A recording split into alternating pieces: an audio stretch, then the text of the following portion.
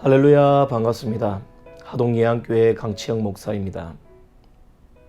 오늘 본문 누가복음 13장 23절에서 30절 말씀으로 좁은 문으로 들어가라 라는 말씀으로 성도님들과 은혜 나누기 원합니다.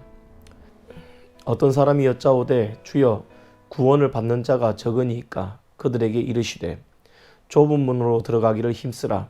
내가 너희에게 이르노니 들어가기를 구하여도 못하는 자가 많으리라. 집 주인이 일어나 문을 한번 닫은 후에 너희가 밖에 서서 문을 두드리며 주여 열어주소서 하면 그가 대답하여 이르되 나는 너희가 어디에서 온 자인지 알지 못하노라 하리니 그때에 너희가 말하되 우리는 주 앞에서 먹고 마셨으며 주는 또한 우리를 길거리에서 가르치셨나이다 하나 그가 너희에게 말하여 이르되 나는 너희가 어디에서 왔는지 알지 못하노라. 행악하는 모든 자들아 나를 떠나가라 하리라. 너희가 아브라함과 이삭과 야곱과 모든 선지자는 하나님 나라에 있고 오직 너희는 밖에 쫓겨난 것을 볼 때에 거기서 슬피 울며 이를 갈리라. 사람들이 동서남북으로부터 와서 하나님의 나라에 참여하리니 보라 나중된 자로서 먼저 될 자도 있고 먼저 된 자로서 나중될 자도 있느니라 하시더라. 아멘. 대한민국 속담 중에 뭐로 가도 서울만 가면 된다라는 말이 있지요. 빨리 가든지 늦게 가든지 좌로 가든지 우로 가든지 오솔길로 가든지 넓은 길로 가든지 목적지에만 도착하면 된다라는 말이기도 합니다. 그런데 과연 성도들의 신앙생활도 그럴까요? 성도들이 신앙생활하는 것도 뭐로 가도 서울만 가면 되는 그런 행동 양식을 가져야 될까요? 우리가 어떻게 죄를 저지르든지 어떻게 신앙생활을 하든지 사람들은 모르니까 하나님과 나만 아니까 그냥 대충 이렇게 하다가 사람들 눈가림만 좀 하다가 죽을 때 돼서 주님 제가 잘못했습니다 회개 한번 하고 천국 앞에서 똑똑똑똑 문 두들기면서 부끄러운 척하면 하나님 저 왔는데요 라고 하면 되는 걸까요? 구원은 우리의 업적으로 우리가 잘했다 못했다로 얻어지는 것이 아님을 알고 있습니다. 예수 그리스도의 속죄의 피를 믿는 속죄의 은혜를 믿는 많은 사람들 그 모든 사람들에게 주어지는 하나님의 한량없는 은혜이죠. 하지만 주님은 무작정 모든 사람에게 다 그 은혜를 풀어주시는 것은 아님을 오늘 본문을 통해서 알 수 있습니다.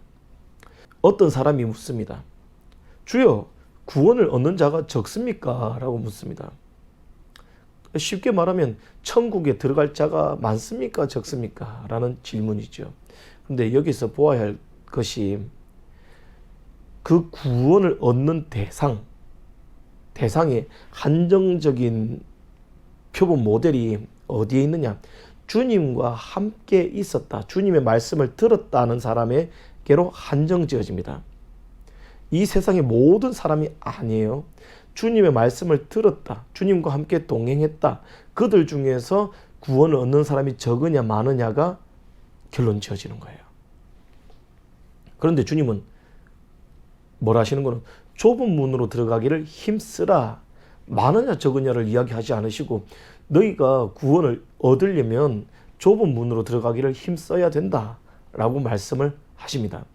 내가 너희에게 이르노니 들어가기를 구하여도 못하는 자가 많으리라 라고 되어 있습니다. 왜 그런가 하면 집 주인이 일어나서 문을 한번 닫아버리면 너희가 밖에서 문을 열심히 두드려도 주여 열어주소서 열어주소서 해도 집 주인이 나는 너희가 어디에서 왔는지 알지 못한다 라고 결론 지으며 그 혜택을 보지 못한다. 구원의 장소에 구원을 누리지 못하게 된다라는 말을 합니다. 그때 그 안에 들어서지 못한 사람들이 주여 우리가 주님과 함께 먹고 주님과 함께 마시고 주님이 길거리에서 가르칠 때 우리가 거기 있었습니다 라고 대답을 하죠. 무슨 말입니까? 주님이 계시는 곳에 나도 있었다는 겁니다.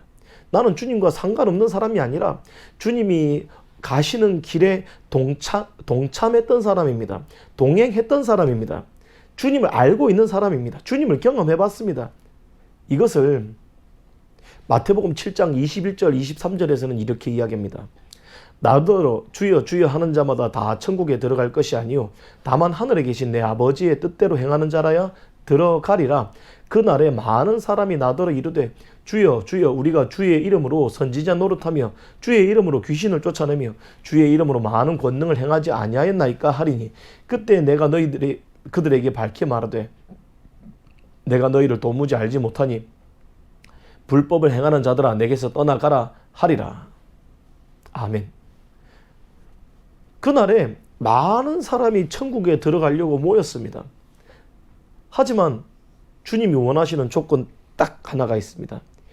마태복음 7장 21절에 다만 하늘에 계신 내 아버지의 뜻대로 행하는 자라야 들어가리라 라고 되어 있어요. 좁은 문에 대한 해답은 여기에 있습니다. 좁은 문으로 들어가기를 힘쓰라. 넓은 문으로 들어가지 말고 좁은 문으로 들어가라. 조건이 무엇이라고 되어 있습니까? 하늘에 계신 내 아버지의 뜻대로 행하는 자라야 들어가리라 라고 되어 있습니다. 그럼 이제 조금 더 명확해질 겁니다. 조금 더 우리가 가는 신앙생활의 정확한 기준이 어디 있는지가 판명되는 것이죠. 신앙생활 이런 헌금을 많이 해야 돼. 교회를 위해서 어떤 헌금을 많이 해야 돼. 감사 헌금을 해야 되고 생일 감사 헌금을 해야 되고 이거 쌓아서 해야 되고 교회에서 이거 안 하면은 믿음 없는 것처럼 보일까봐 그 믿음 있는 것처럼 보이려고 봉사 이것도 해야 되고 성가대도 해야 되고 그런 게 아니고요. 우리에게 주시는 구원의 결정적인 포인트가 어디 있느냐? 하나님의 뜻에 있습니다. 하나님의 뜻. 그리고 그 좁은 문은 하나님의 뜻대로 행하는 사람에게 열어주시는 거예요. 좁은 길로 간다라는 것도 역시 마찬가지겠죠. 내가 하고 싶은 뜻대로 신앙생활을 하는 것이 아니라 누군가가 이야기하는 신앙생활의 모델을 쫓아가는 것이 아니라 하나님의 뜻대로 신앙생활하는 것이 우리에게 주어진 유일한 조건입니다. 많은 사람들이 모여서 그 문 앞에서 문을 열어주세요라고 하고 있을 때 우리를 안다, 알지 못한다라는 경계가 어디서 결정된다고 했습니까? 바로 하나님의 뜻대로 행하였느냐, 하나님의 뜻대로 행하지 아니하였느냐로 결정되죠. 그러니까 그 집주인이 누가복음 13장에 나타나는 그 집주인이 나는 이 좁은 문을 통과하고 있는 얘네들은 알겠는데 너희들은 모르겠다는 거예요. 너희가 어디서 왔는지 모르겠다는 겁니다. 마태복음 7장 21절 23절에서 그리고 13절 14절에서 말하는 그 내용도 똑같죠. 너희가 도대체 어디서 왔는지 모르겠다. 나는 너희를 알지 못한다. 행악하는 자들아 떠나가라. 그런데 그 사람들은 억울한 겁니다. 아니 제가 주님의 이름으로 봉사도 했고 주님의 이름으로 헌금도 많이 했고 주님의 이름으로 귀신도 쫓아냈고 주님의 이름으로 저 많은 사람들을 돌보고 먹이지 않았습니까? 그런데 왜 저를 모른다 하십니까? 억울하죠. 많은 성도들이 자기 구역을 돌봅니다. 혹은 봉사를 합니다. 혹은 영혼을 돌보죠. 그런데 어느 순간이 되면 버거워요. 힘들어요. 그 말썽을 일으키는 많은 사람들이 버겁단 말입니다. 그래서 포기하고 싶어요. 아니면 그냥 어느 정도 어물쩡 지나가고 싶어요. 그렇게 하면서도 신앙생활 잘하는 것처럼 보이고 그렇게 하면서도 많은 사람에게 칭송의 대상이 되는 사람들을 보면 마음이 주저앉는단 말이에요. 나는 이렇게 고생하면서 이 봉사를 이어나가는데 그냥 대충 하면서도 다른 사람들에게 믿음 좋다, 신앙생활 잘한다, 헌금 많이 하니까 하나님께서 저 사람한테 복을 주시는갑다 하고 이야기가 들려오면 막 마음이 무너져 내리겠죠. 어느 집사님, 어느 장로님은 그 기업에서 그 직장에서 그렇게 못된 짓 많이 하는데도 불구하고 11조를 막 더 많이 하고 하니까 사람들은 장로님, 목사님, 집사님 너무너무 신앙생활 잘하시네요. 믿음 좋으신가 봐요. 하나님께서 막 형통한 길을 열어주시는가 봐요 하면서 있으니까 그 뒤에 있는 수많은 하나님을 따라서 그 뜻대로 살아가려고 발버둥 치면서 살아가는 성도들이 마음이 주저앉게 되겠지요. 근데 여러분 기억하셔야 돼요. 믿는 사람들 안에서 예수를 따른다고 하는 사람들 중에서도 구원받는 자가 정말 적다는 거예요. 주님의 이름으로 귀신을 쫓아냈으면 얼마나 큰 은사를 가졌습니까? 주의 말씀을 가르치면서 수많은 성도들을 이끌고 다녔던 그들 중에서도 병을 치료했던 능력이 나타났음에도 불구하고 주님은 모른다고 하십니다. 목사여서 하나님 제가 이렇게 교회를 개척하고 건축했습니다 라고 해도 주님의 뜻대로 행하지 않으면 주님은 모른다고 하실 겁니다. 주님의 뜻을 행하면 사실 힘들 겁니다. 광야의 길을 지나야만 할 거예요. 그 광야의 길을 지나면서 내 생활 습관, 삶의 영적인 습관부터 시작하여 하나님은 모든 걸 다 뜯어 고칠 거예요.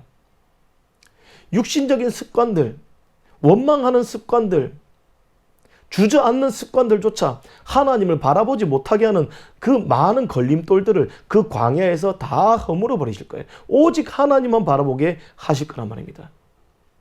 그 광야를 지나면서 그 좁은 문을 통과하면서 하나님만 바라보고 하나님의 뜻이 아니면 어떤 것도 따라가지 않겠다라는 결단이 섰을 그때에 주님은 그들에게 가나안 땅을 허락해 주시지 않았습니까?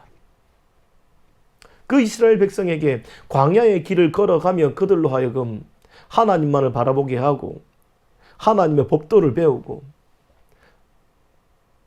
그렇게 그들은 목적지에 이르게 되는 겁니다. 성도들의 삶 역시 그렇겠지요.